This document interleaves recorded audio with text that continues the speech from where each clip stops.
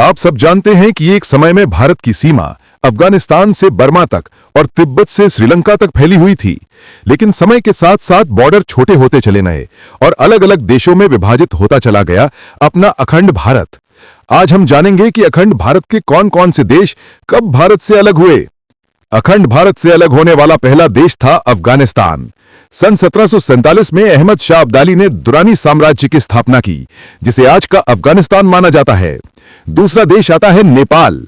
नेपाल सदियों तक भारत की संस्कृति से जुड़ा रहा, लेकिन 1816 की सुगौली संधि के बाद इसकी अलग पहचान बनने लगी और 1904 में ब्रिटिश तिब्बत अभियान के समय नेपाल को स्वतंत्र देश का दर्जा मिला। फिर बारी आती है भूटान की।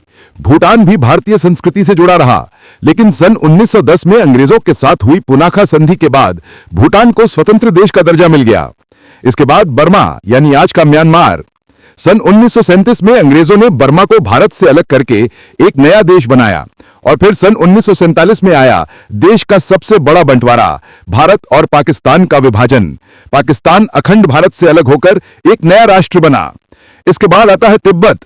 तिब्बत भारत से धार्मिक और सांस्कृतिक रूप से जुड़ा रहा, लेकिन 1950 में चीन ने उस पर कब्जा कर लिया और 1951 में यह चीन का हिस्सा बना और आखिर में सन 1971 में पाकिस्तान से अलग होकर बांग्लादेश बना। यानी लगभग 224 साल तक अखंड भारत से अलग अलग देश अलग होते गए और अंत में अखंड भारत हिंदुस्तान बनकर रह गया। अगर इस तरह की वीडियो पसंद आते हैं तो चैनल को जरूर सब्सक्राइब करें। वीडियो को लाइक करना मत भूलिए। धन्यवाद।